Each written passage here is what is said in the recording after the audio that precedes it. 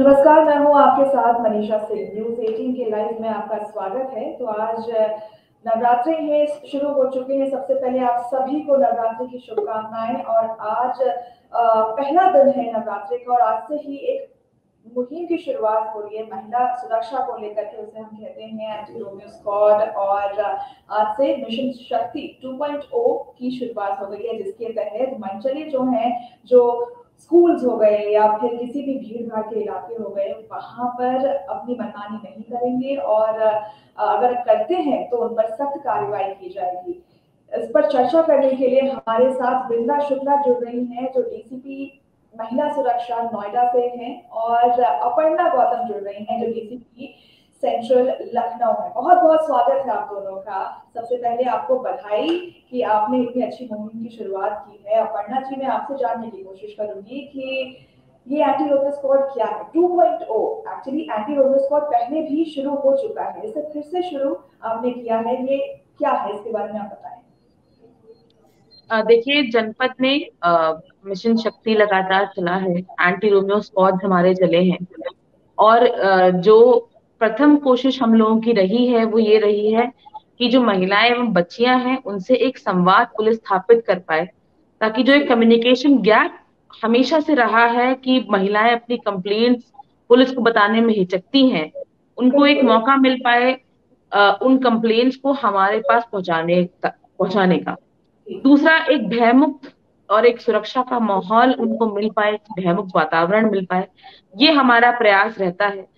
और इसीलिए anti Romeo जो हमारा अभियान है उसकी शुरुआत की गई है। ऐसा ही नहीं है कि इसमें केवल फिजिकल स्टॉकिंग होती है, यदि या फिजिकल शोधे अगर महिला को परेशान करते हैं उस लोकेशन पे, इस बात का तो हम ध्यान रखते ही हैं, क्योंकि आज हमारे बहुत सारा यूथ है वो एक साइबर एज में रहता है। तो बहुत सारी बच्चियां जब आती हैं तो मुझको और हमारे स्टाफ को बताती हैं कि उनके साथ साइबर स्टॉकिंग जैसी घटनाएं भी होती हैं।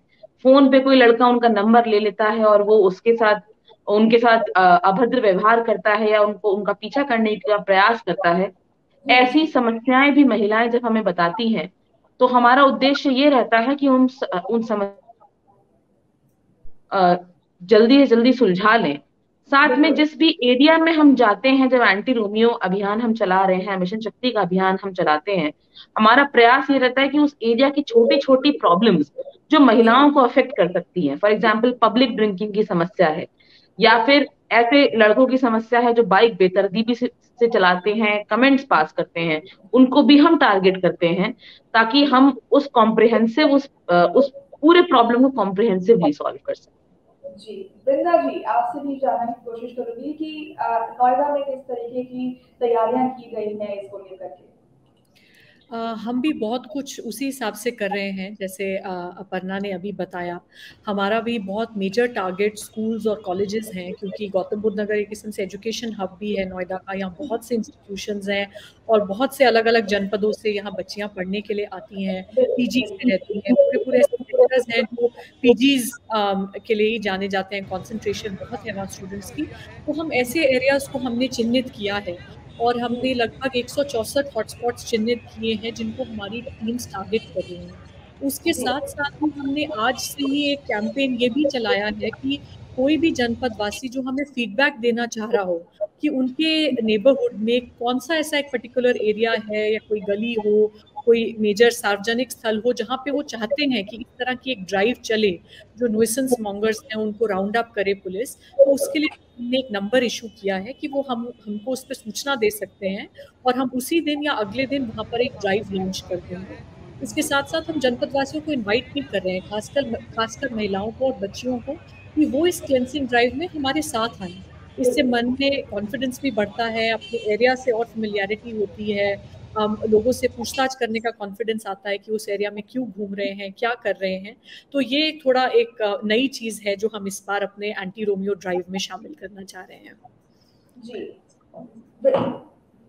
अपर्णा जी, आपसे मैं जानूंगी कि आखिर ये 2.0 पहले वाले रोमियो स्क्वाड से किस तरीके से डिफरेंट है। हमारा प्रयास इसमें ये है कि एक सेफ स्पेस महिला के लिए क्रिएट हो सके, महिलाओं बच्चियों के लिए। जैसा वृंदा मैम ने भी बताया, अभी हॉटस्पॉट चिन्हित किए गए हैं। उसी प्रकार से लखनऊ पुलिस में भी खासकर हमारा फोकस है ऐसी जगह जहां महिलाओं की फुटफॉल बहुत ज्यादा है, जैसे कोचिंग सेंटर्स हैं, हमारे बाजार हैं, शिक्षण संस्थान है, धार्मिक संस्थान है।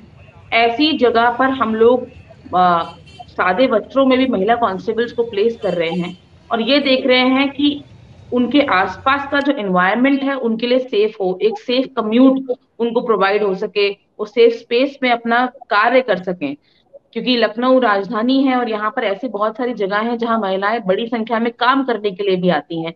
तो हमने कुछ वर्क स्पेसेस या ऐसी पब्लिक स्पेसेस जहाँ महिलाएं शाम को अपना खरीदारी करने के लिए, अपने आप को एंजॉय करने के लिए भी जाती हैं, ऐसी जगहें भी हमने चिन्हित की हैं। जी। सतत परिणाम हम लोगों को आज देखने को मिला। आज हम लोग फील्ड में जब थे, यहाँ पे पिंक बूथ बने हुए हैं, और पिंक बूथ के बारे में बहुत सारी स्कूल की बच्चियां जानती थी।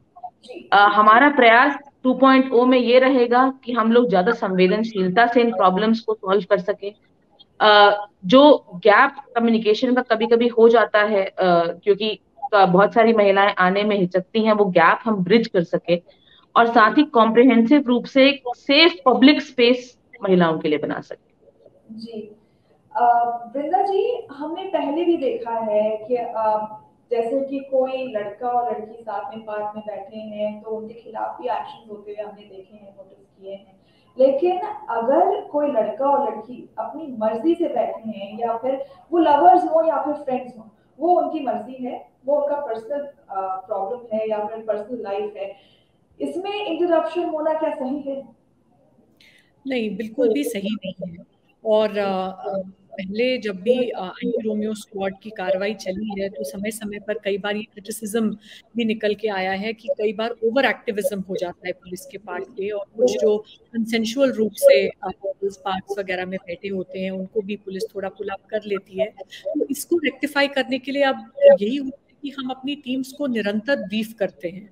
ऑलमोस्ट प्रतिदिन जब टीम्स निकलती हैं उससे पहले उनकी ब्रीफिंग होती है, और सॉफ्ट स्किल्स पे बहुत ज्यादा एम्फेसिस रहता है कि कोई भी हो, हमें उनसे जो भी पूछताछ करनी है वो हम विनम्र रूप से करें, किसी को भी आरोपी पहले मान के ना चलें, और हमारा एक जो चेकिंग की कार्रवाई है वो बहुत ही सभ्य तरीके से हो।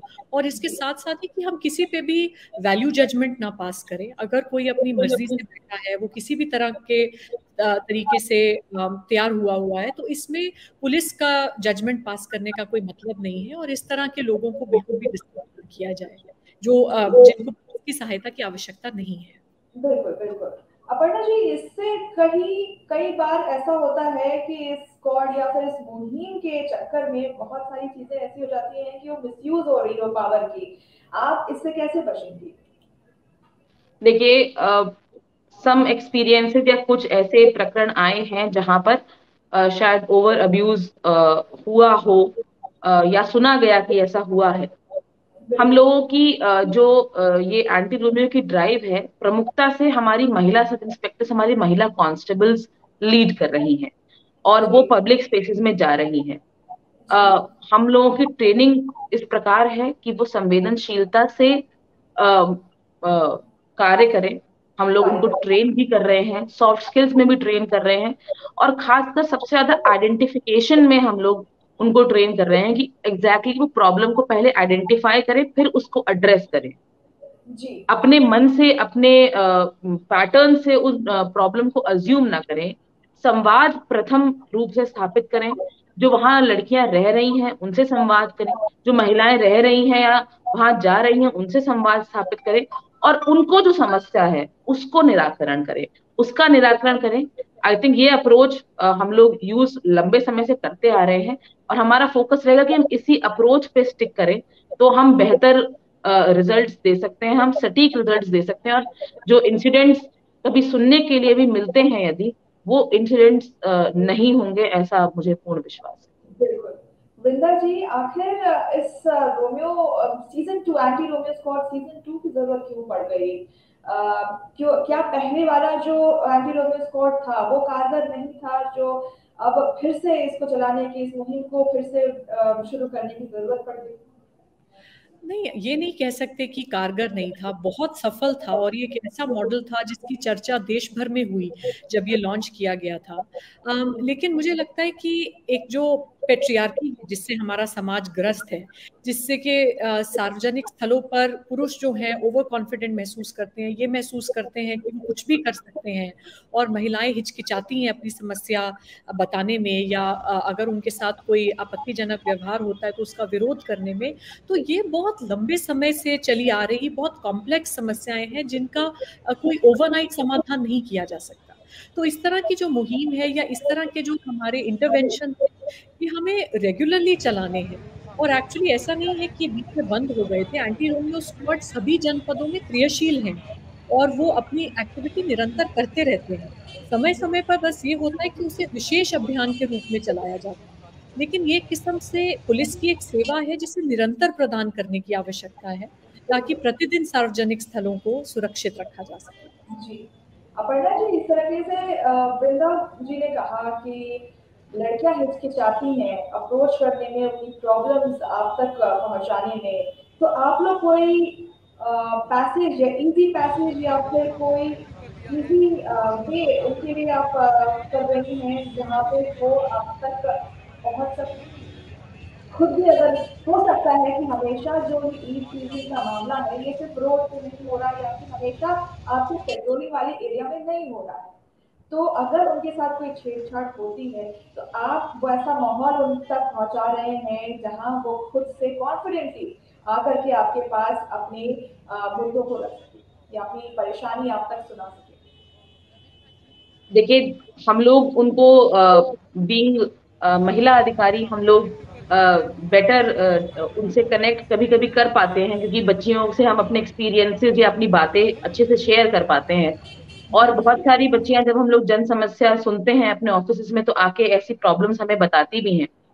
दूसरा, जब हम रोड पर जाते हैं तो हमारा फोकस केवल ये नहीं होता है कि हम एक एंटी रोमियो अभियान चलाए या वहां पर पूरा उसको देखें कि वहां पे कोई शोधेबाजी तो नहीं हो रही है, कोई अन्य काम तो नहीं हो रहा है। हम एक अवेयरनेस का काम भी करते हैं। हमारी महिला कांस्टेबल्स, हमारे लोकल सब इंस्पेक्टर्स, हमारे ऑफिसर्स सब स्कूल्स, कॉलेजेस में, वर्क स्पेसेस में जाते हैं। और जो हमारी हेल्पलाइन है, जो एक हमारी बहुत अच्छी हेल्पलाइन है जिसको 1090 हम लोग कहते हैं, हम बच्चों को उसके बारे में अवश्य बताते हैं।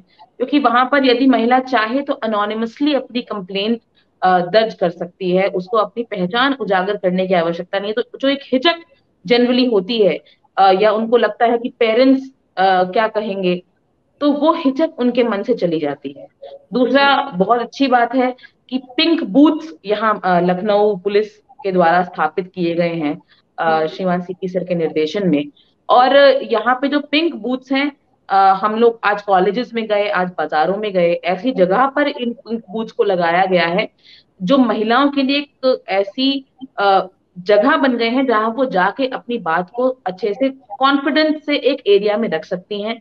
बहुत सारी बच्चियां इन पिंक बूथ के बारे में जानती थी और उन्होंने कहा कि यदि हमें कोई समस्या होगी हम डेफिनेटली जाके पिंक बूथ में बताएंगे, हमें पिंक बूथ के बारे में पता है। तो जो पिंक बूथ का कॉन्सेप्ट है, 1090 का कॉन्सेप्ट है, 112 की जो हमारी इमरजेंसी सर्विसेज हैं खासकर, और हम लोग जब फील्ड में जाते हैं, हमारी महिला कांस्टेबल जब फील्ड में जाती हैं, तो बहुत बार हम लोग उनको प्रोत्साहित करते हैं कि वो अपना नंबर लड़कियों से शेयर कर दें, ताकि लड़कियां आराम से उनसे बात कर सके, आराम से उनको कोई बात बता सकें। तो जैसे एक छोटा सा एक्सपेरिमेंट था, हमारी महिला कांस्टेबल्स ने विजिटिंग कार्ड्स बनवाए थे, और विजिटिंग कार्ड्स उन्होंने गांव की महिलाओं को और ऐसी सबर्बन स्कूल्स जो थे उनको जाकर दिए कि बस आप अभी नहीं, कभी आपको जब हिम्मत हो, कभी जब आपको लगे कि आप बताना चाहती हैं, तो आप इन नंबर्स का यूज करिए और हमें बताइए। हमारी महिला हेल्प डेस्क जो है उस पे भी जो कंप्लेंट्स आती हैं, हम अभी 2 दिन का हमारा ड्राइव है, हमने शुरू किया है। हम लोग उसमें ये चाह रहे हैं कि हम सारी महिलाओं से एक फीडबैक लें, और अगर उनकी कोई नई प्रॉब्लम इस बीच में आ गई है तो वो नई प्रॉब्लम भी हमको बताएं। वृंदा जी, जैसे कि पिछली बार जब एंटी रोमियो स्क्वाड का गठन हुआ था तो उस टाइम पे एक मुहिम थी कि हम बच्चों को रेड कार्ड देंगे, 3 बार अगर रेड कार्ड मिला उसे तो उसके खिलाफ सख्त कार्रवाई की जाएगी। इस बार ऐसा क्या है जो क्या वही चीज है कि रेड कार्ड वाला इनिशिएटिव है या फिर कुछ और है? जी हाँ, जो हमारे वार्निंग कार्ड्स हैं वो अभी भी इस्तेमाल किए जा रहे हैं और हम उन्हें गौतम बुद्ध नगर में तो काफ़ी इस्तेमाल करते हैं।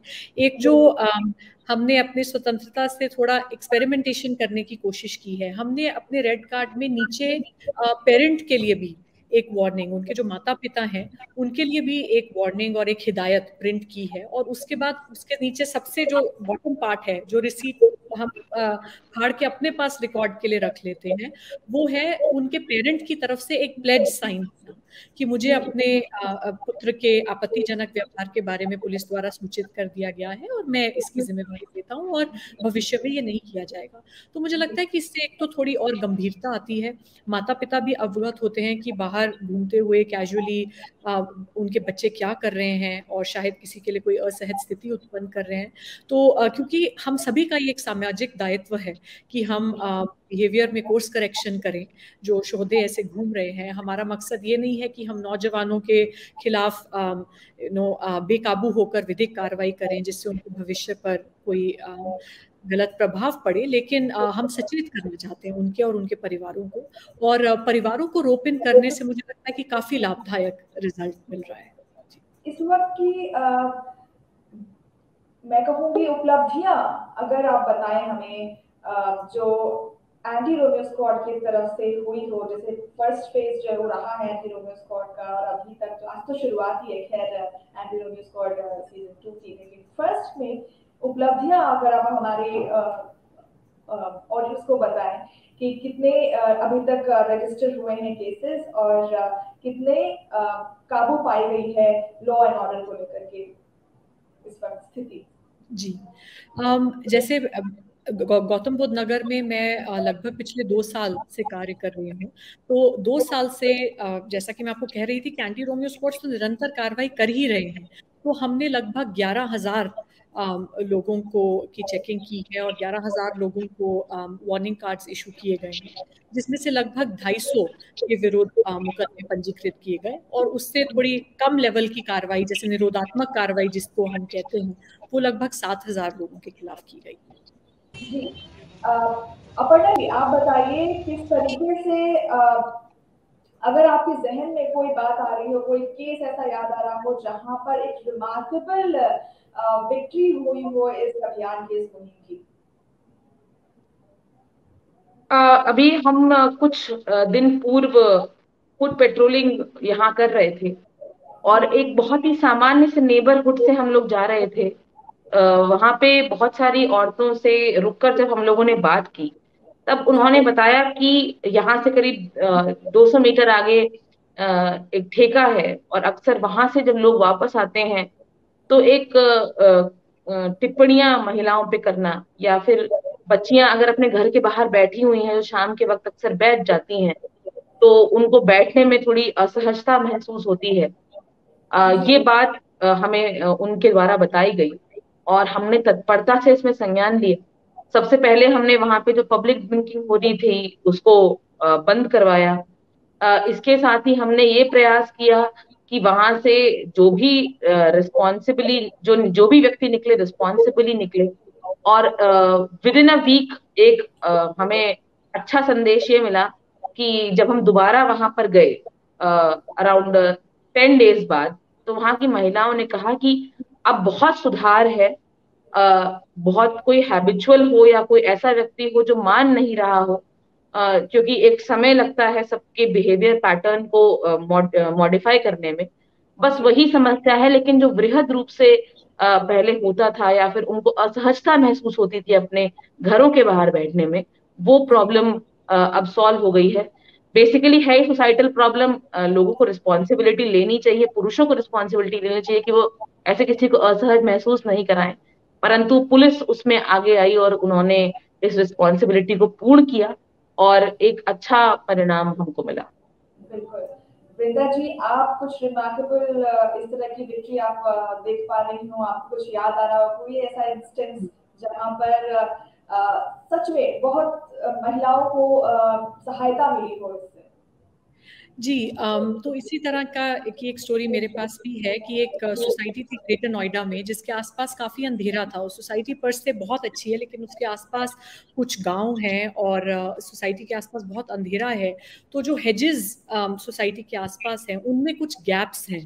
तो रात को वहां से शिकायत आती थी कि लोग स्कूटी वगैरह पे लड़के इस तरह के आवारा घूमते हैं और महिलाएं सोसाइटी के अंदर सैर करती थी। तो घूमते टाइम उनको अक्सर पता लग जाता था कि आसपास कोई नहीं है, तो वो अपने प्राइवेट पार्ट्स उनकी तरफ फ्लैश करते थे।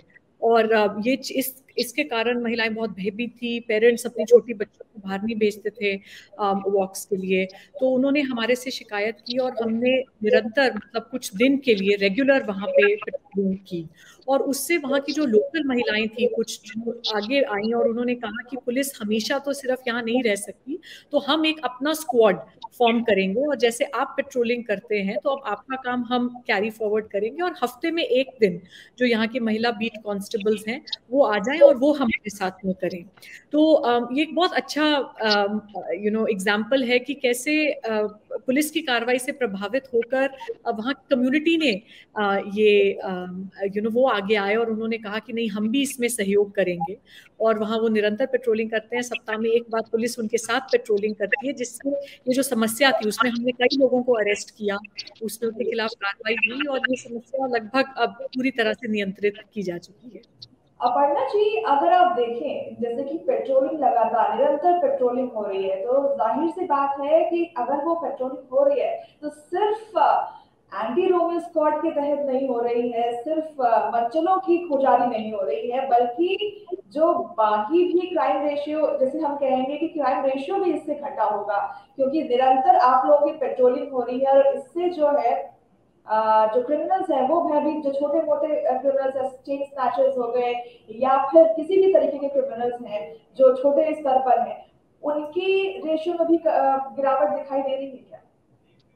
देखिए बिल्कुल, जैसा मैंने कहा कि बहुत सारी ऐसी छोटी छोटी समस्याएं होती हैं, बहुत सारी ऐसी सोसाइटल फैक्टर्स होते हैं जो उस एरिया में एग्जिस्ट करते हैं, जो महिला सुरक्षा को डायरेक्टली और इनडायरेक्टली अफेक्ट करते हैं। जैसे लोगों का बाहर खड़े होकर ड्रिंक करना, या लड़कों का तेज स्पीड में बाइक चलाना और टेढ़ी मेढ़ी रूप से बाइक चलाना, जो कि एक अनसेफ एनवायरनमेंट क्रिएट करता है। कोई लड़की होगी वो थोड़ा निकलने में हिचकेगी, या ऐसी जगहें होना जहाँ पे अंधेरा है, और जैसा मैम ने बताया कि वहां पर ये अक्सर ये समस्या आती है कि वहां पर कुछ लोग खड़े रहते हैं और इस तरीके की अश्लील हरकतें करते हैं। तो जब पेट्रोलिंग होती है तब हम उस एरिया को एक 360 डिग्री से स्कैन कर पाते हैं फुट पेट्रोलिंग के साथ में, और उस 360 डिग्री स्कैनिंग में हम हर चीज को देख पाते हैं कि क्या समस्या कहाँ से उत्पन्न हो सकती है। जो हमारे यहाँ मार्केट्स हैं, जब उसमें जाते हैं तो महिला खरीदारों से ही बात करते हैं कि ऐसा तो नहीं है कि कन्वेयंस की समस्या होती हो, कन्वेयंस में कोई दिक्कत होती है, जब वो ऑटो से कम्यूट करती हैं तब उन्हें कोई असुरक्षा का एहसास होता है। तो जब हम इन 360 डिग्री स्कैनिंग पे काम करते हैं, सारी प्रॉब्लम्स उस एरिया के आइडेंटिफाई करते हैं, तब हम बेटर तरीके से हर एस्पेक्ट ऑफ क्राइम को हैंडल कर पाते हैं। सुबह मॉर्निंग वॉक के लिए महिलाएं आती हैं, शाम को इवनिंग वॉक के लिए महिलाएं आती हैं। तब हम लोग अपना डिप्लॉयमेंट पार्क्स के पास में भी रखते हैं, जो छोटे छोटे कॉलोनी के पार्क्स हैं उसके पास रखते हैं, ताकि महिलाओं को एक क्योंकि घर से निकलना वैसे भी एक पेट्रियार्की को चैलेंज करके वो बाहर निकलती हैं, तो उनको कोई दुखद एक्सपीरियंस ना हो कि उनके कदम पीछे हो। ये हमारा प्रयास रहता है। उन्होंने जो एक हिम्मत ली है, बच्चियां स्कूल पढ़ने निकल रही हैं, अब अपना करियर ओरिएंटेड हो रही हैं, तो ऐसा ना हो कि कोई ऐसा वाक्य उनके साथ हो कि वो अपने निर्णय के बारे में दोबारा सोचें या उनके कदम पीछे हटें। तो हम हर उस चीज को एड्रेस करने का प्लान करते हैं। बिल्कुल, आपकी इन्हीं कदमों की वजह से महिलाएं सिर्फ सुरक्षित नहीं है बल्कि सशक्त हो रही हैं। तो एक सल्यूट है आप लोगों के लिए। जाते जाते मैं विंदर जी से आपसे एक सवाल करना चाहूंगी। नोएडा और ग्रेटर नोएडा, अगर हम बात करें खासकर ग्रेटर नोएडा की, तो उसे ना तो सिर्फ महिलाओं के लिए बल्कि पुरुषों के लिए भी सेफ नहीं माना जाता है। अगर हम रात की बात करें तो ऐसा कहा जाता है, हर कोई ऐसा कहता है। एक अलग तरीके की पिक्चर है ग्रेटर नोएडा के लिए। कब वो दिन आएगा और किस तरीके के तैयारियां या फिर हम स्टेप्स उठा रहे हैं कि ये जो छवि है ग्रेटर नोएडा की और नोएडा की वो बदल जाए? जी, आई थिंक कमिश्नरेट का के लिए गौतम बुद्ध नगर का जो चयन था वो भी शायद इसी को दृष्टिगत रखते हुए किया गया था। और पुलिस कमिश्नरेट लागू होने के बाद में ग्रेटर नोएडा को एक अलग से, जैसे आप कह सकते हैं, सब डिस्ट्रिक्ट बनाया गया, जिसमें पुलिस बल की संख्या बहुत बढ़ी। उसमें बहुत से अधिकारी आए जो अब डायरेक्टली उस एरिया पे फोकस कर रहे हैं। और उसके साथ साथ हमने संबंधित डेवलपमेंट अथॉरिटीज के साथ में मिलके पब्लिक लाइटिंग का जो है, क्योंकि वहाँ बहुत बड़े बड़े खुले स्ट्रेचेस हैं जहाँ पर प्रकाश पूरी तरह से नहीं था, और इसलिए वो उन स्थानों पे लोग असुरक्षित महसूस करते थे। तो वहाँ पर जो पब्लिक लाइटिंग है उसको बहुत सुधारा गया है, और पुलिस की इसमें बहुत अहम भूमिका रही है। इसके साथ साथ बहुत सी ऐसी जो छोटी रोड्स थी, बाई लेन्स थी, जहाँ पर जो सुनसान रहती हैं और जहाँ पर कोई लूट पाट की घटना घटने की संभावना भी बनी रहती है, तो उनके लिए भी स्पेसिफिक विकल्प सोचे गए हैं। कई जगह वहाँ पे जैसे ट्रैफिक पुलिस की तैनाती बढ़ाई गई है, या कई जगह कुछ रोड्स को ब्लॉक किया गया है जिनके लिए ऑल्टरनेट रूट्स अवेलेबल थे और जो बहुत ही ज़्यादा सुनसान थी। तो इस तरह से अलग अलग तरह के इंटरवेंशंस हैं, क्योंकि हर चीज़ के लिए कई बार एक पुलिस रिस्पॉन्स पर्याप्त नहीं होता। बहुत सारे इस तरह के चैलेंजेस डेवलपमेंट रिलेटेड भी होते हैं, अर्बन लैंडस्केप रिलेटेड भी होते हैं। तो हम उन सभी संबंधित एजेंसीज के साथ समन्वय से कार्य कर रहे हैं, ताकि वहाँ पे एक पुलिस की प्रेजेंस तो बढ़े ही, उसके साथ साथ उस एरिया का डेवलपमेंट भी इस तरह से हो कि वहाँ पे लोग सुरक्षित महसूस करें और लोगों का आवागमन बढ़े, और पूरी तरह से लाइटिंग अच्छी हो, पब्लिक ट्रांसपोर्ट बढ़े, ताकि ये जो अपराध है जिससे लोग डरते हैं उसमें कमी आ सके। जी अपर्णा जी, एक आखिरी क्वेश्चन आपसे कि क्राइम रेशियो इस वक्त जो योगी सरकार अब आई है 2.0 भी आ गया, जिस तरह से एंटी रोबरी स्क्वाड 2 आ गया, वैसे ही योगी सरकार 2.0 आ गया। किस तरीके से आप देखते हैं क्राइम रेशियो या फिर लॉ एंड ऑर्डर में सुधार आया हो? आप लखनऊ में हैं तो अच्छे तरीके से आप भाप सकती हैं किस तरीके से वहां पे सुधार है। अब देखिए, क्राइम के और क्रिमिनल्स के प्रति जीरो टॉलरेंस की पॉलिसी पुलिस की है, और ऐसा कोई भी व्यक्ति जो आपराधिक कृत्य में इन्वॉल्व होगा उसके विरुद्ध ताबड़तोड़ कार्रवाई पुलिस द्वारा की जा रही है। जी जो ऐसे क्राइम्स हैं जो लोगों की डेली लाइफ को अफेक्ट करते हैं, जैसे चेन स्नैचिंग की घटनाएं हो जाना, चोरी हो जाना, वाहन चोरी हो जाना, ऐसे अपराधियों को भी हम लगातार चिन्हित कर रहे हैं। फीडबैक जब हम पब्लिक में जाते हैं तो बहुत सकारात्मक उसका मिलता है। जब महिला अपराध होते हैं, जब हमारी महिला डेस्क हैं, हेल्प डेस्क हैं, वहां पर एक ऐसा एनवायरनमेंट महिलाओं को मिला है कि वो आके फ्रीली अपनी कंप्लेंट दर्ज कराती हैं, और उस पर जब कार्रवाई होती है, उसको फीडबैक लिया जाता है, तो उनको एक रीइंफोर्समेंट मिलता है कि पुलिस उनकी बात सुनती है और उसको एड्रेस करती है। तो निश्चित रूप से हम लोग लगातार प्रयास कर रहे हैं, और कोई भी व्यक्ति कानून को अपने हाथ में लेने का प्रयास करेगा, उसके विरुद्ध कठोरतम से कठोरतम कार्रवाई की जा रही है और आगे भी की जाती रहेगी।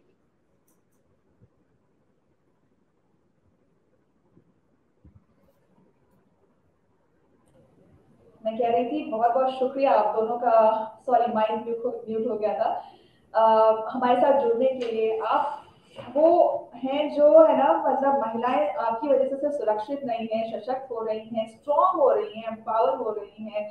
तो हमारी तरफ से, न्यूज़ 18 की तरफ से आप दोनों को शुभकामनाएं, और आप इसी तरीके से महिलाओं के लिए ऐसे ही अच्छे काम करते रहें ताकि हम और अन्य महिलाएं सारे सुरक्षित रहें। बहुत बहुत शुक्रिया। Thank you.